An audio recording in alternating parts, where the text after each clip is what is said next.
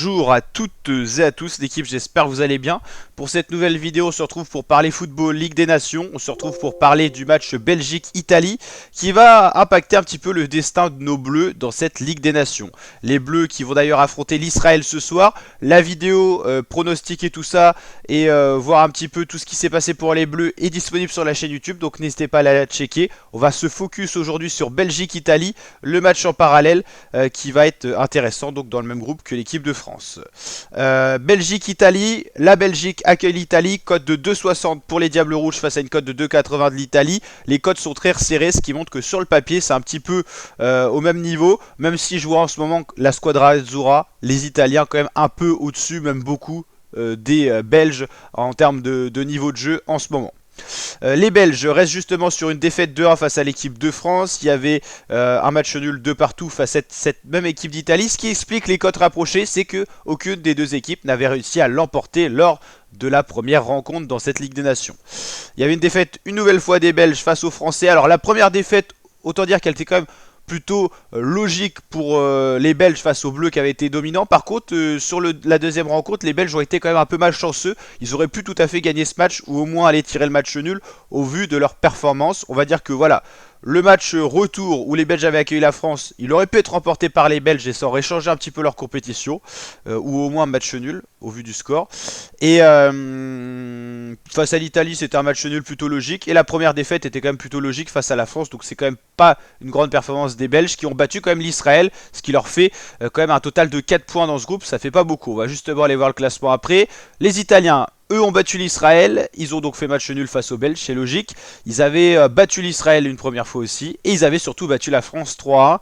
Ça avait été une déroute un peu pour les Bleus face à cette équipe italienne, qui n'est pas pour rien en tête de ce groupe de Ligue des Nations. Ils ont su être plus opportunistes. Les Italiens ont 10 points, la France en a 9, il n'y a que 1 point qui sépare ces deux équipes.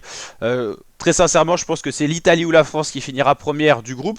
Par contre, les Belges, en cas de victoire ce soir, pourraient revenir dans la course au quart de finale. Vous savez que les premiers et deuxièmes participent au quart de finale. Donc, ils peuvent tout à fait s'assurer cette place-là. Et puis, la troisième place, c'est une place maintenant qui est compliquée. Vous êtes pas sauvegardé en Liga, mais vous allez en barrage, donc ça peut être très compliqué. Et quatrième, c'est la pire des places, vous êtes relégué quoi qu'il arrive. Mais la troisième place, vous n'êtes pas sûr de rester en Liga, vous affrontez en barrage un deuxième de Ligue B, donc ça peut être risqué et ça peut faire plus de mouvements. Il y a un nouveau format, voilà, où maintenant on n'a plus que des demi-finales, mais bien des quarts de finale pour les deux premiers de chaque groupe de la Liga qui sont qualifiés. Avant, c'était seulement le premier. Donc si on prend l'exemple, le groupe justement, groupe 2, avant ça aurait été seulement, au vu du classement actuel, l'Italie qui passait dans les demi-finales face au Portugal, Allemagne et Espagne. Et les Bleus, par exemple, au vu de la position actuelle, auraient été maintenus comme la Belgique. Mais maintenant, le changement, c'est que les deux premiers passent en quart de finale, donc Italie-France par exemple. Les Belges, à la place de rester avec l'ancien format, ils iront en barrage, normalement avec ce qui se passe actuellement. Et l'Israël, eux, dans tous les cas, relégation. Donc voilà, ça change un petit peu le format et il y a encore pas mal d'enjeux ce soir parce que une victoire des Belges les mettrait à 7 points. 7 points, ça leur permettrait dans le dernier match d'aller possiblement, s'ils battaient, il leur reste quelle équipe à jouer les Belges? L'Israël, justement, c'est ouvert. Si jamais ils battent l'Italie ce soir et qu'ils battent l'Israël la prochaine fois, en cas de résultat favorable à côté, ils peuvent encore espérer finir deuxième, voire premier dans un phénomène incroyable, quoi. Donc voilà. Bon, au vu du style actuel, je pense que quand même les Diables Rouges finiront troisième du groupe, mais on verra. Dès ce soir, ils ont l'opportunité d'aller chercher des points, et les matchs nuls suffiront pas pour les Belges, donc attention quand même à ne pas jouer les matchs nuls.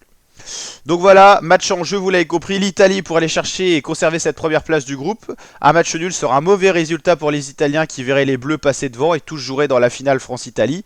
Les Belges, eux, doivent impérativement prendre les 6 points dans les deux dernières rencontres pour espérer avoir le meilleur destin possible dans la Ligue des Nations. Voilà, le nouveau format certainement est fait pour remettre un peu d'enjeu et faire un peu bouger les ligues, que ça soit Ligue A, Ligue B, Ligue C, Ligue D et tout ça. Il y aura des barrages et tout ça. Donc ça va être plutôt intéressant. Voilà, l'enjeu maintenant, par exemple, pour la Ligue B, c'est les premiers sont promus direct, les deuxièmes jouent des barrages pour monter et les troisièmes jouent des barrages pour peut-être descendre. C'est pour faire plus de mouvements et mettre un peu plus d'enjeu. Quoi qu'il arrive, au niveau de votre place, il se passera quelque chose, quoi. Donc ça rajoute un petit peu de l'enjeu. La Ligue des Nations, d'ailleurs, pour la petite anecdote, a été créée en 2018 et a vu déjà pas mal d'équipes remporter cette compétition. Voilà. Et le palmarès, on va le voir. Il y a eu déjà une, deux, trois Ligues des Nations disputées. Là, c'est la quatrième. Donc, trois gagnants. Le Portugal, l'Italie, les... Ah non, haute phase finale, que je dise pas de conneries. Portugal, Italie... Portugal... Ah non, merde. Portugal, France et Espagne. C'est ça. Mais c'est mal fichu, ça, comme... Espagne, Portugal, France qui ont gagné, ouais. Et dans l'ordre, c'était Portugal, France, Espagne. Donc que des grosses équipes qui ont remporté cette Ligue des Nations. C'est également parce que c'était seulement les premiers de groupes qui étaient qualifiés et des premiers groupes de la Liga. Donc ouais, quand même, Portugal, France, Espagne. Que des grosses équipes, dont deux, Espagne et France, qui ont déjà remporté la Coupe du Monde. Donc voilà, c'est pas pour rien. Et l'équipe qui a... Ouais, non, même pas. Ah si, ouais, Espagne, ils ont quand même été vainqueurs et à la fois finalistes. Donc ok, ouais. L'Espagne a participé deux fois aux phases finales, les Pays-Bas deux fois et l'Italie deux fois. Ok, ouais. Donc voilà, n'hésitez pas à liker si ça vous a plu, vous abonner, partager. Ciao l'équipe.